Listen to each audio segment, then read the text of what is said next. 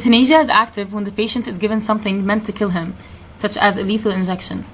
It is labeled passive if the care, food, and water necessary for the patient's survival is not provided to him. Active euthanasia is split into 3 categories: voluntary, non-voluntary, and involuntary. Voluntary euthanasia is the process whereby the patient requests to be killed.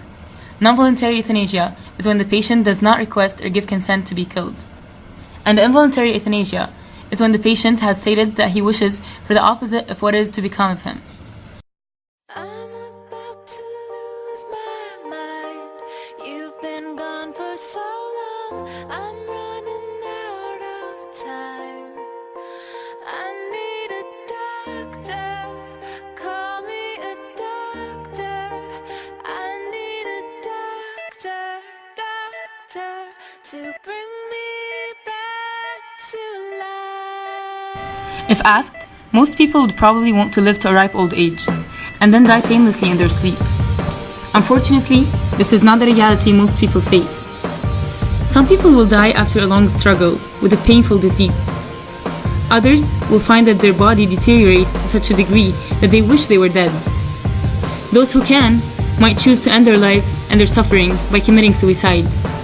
However, others might find that despite wishing to end their life, they are physically incapable of doing so, and as such will need the assistance of someone else to do so.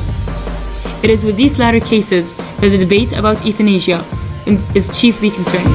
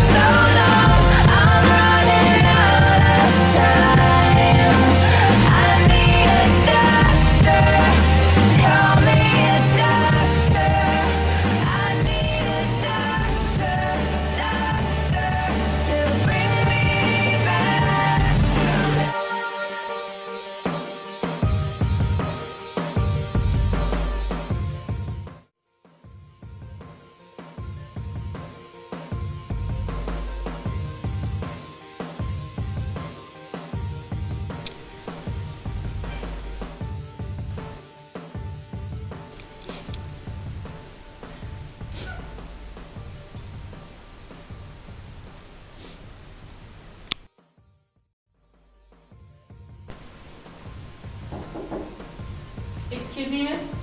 Yes, sir. Can I please talk to you about your husband's situation? Yes, please.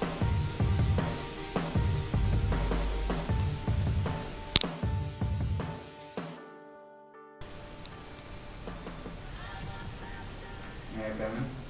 Come in, please. Dr. Wilson's my brother-in-law. Okay, please have a seat. You need to listen to this too. I know this will be emotional, but I want you to listen to every single word I say. Please be logical and hold strong. Your husband's situation, your husband in the current situation is very, very ill. Us as doctors have tried everything we could to save his life.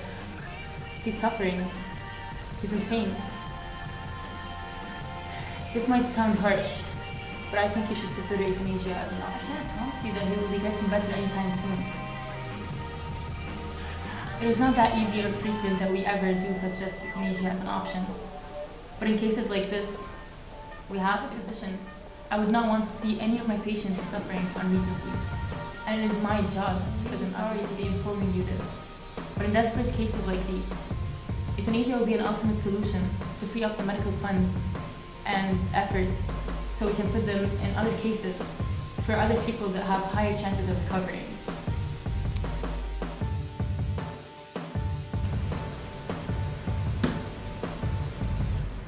I think it's a good idea. How is it a good idea? He can get better.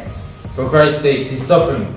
Well, it shouldn't be up to you. It shouldn't be up to me. It shouldn't be up to the doctor to decide this. It should be up to him. And he can't make that decision for himself. Do you really want to go through the rest of your life knowing you had the option of saving your brother but deciding to end his life? I don't know. I'm not satisfied. Well, neither am I. What do you suggest we should do? Maybe you should consult someone else. Fine. Let's go see my cousin. Okay. Hi, I just spoke to a doctor and she spoke to me about something very important. and I need to listen to you. I need to take your advice because you're my cousin and you're not going to be biased. So just, can we meet in a bit? Yeah? Okay, great. I'll see you then. Bye. Hi, thank you for coming to see me on such short notice. Speaking to the doctor, and she said that I have to consider euthanasia as a solution to end his life because nothing else is working. What do you think about this? Well, first of all, no one has the right to end someone else's life, no matter what. With good soothing and care medications, it's not necessary to kill a patient. Plus, if it's applied frequently, doctors will stop finding cures and researching. They will just kill the patient. End? So you're saying I should keep him alive on medication and let him No. suffer? What I'm saying is, no one, other than the person himself, or even the doctor, should decide whether or not to end another person's life. As a doctor, that would violate the oath I and other doctors have taken in becoming a doctor. Yes, thank you very much. Thank you. Nice seeing you. Bye. I spoke to my cousin about it and he thought that it was a bad idea and that we shouldn't do euthanasia. I don't know. I think you should consult a lawyer or something.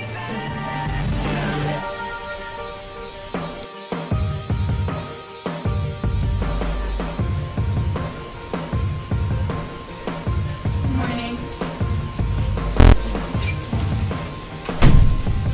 From what I've read, euthanasia is legal in some countries because they consider the patient as the owner of his life, and therefore he has the right to decide whether to live or die, and doctors wouldn't be held responsible after he signs the contract. While in other countries, they consider this illegal because it's a rejection to the value and importance of the human life. From an economic point of view, some countries have their governments legalize euthanasia because it reduces the cost and expenditure on the health insurance.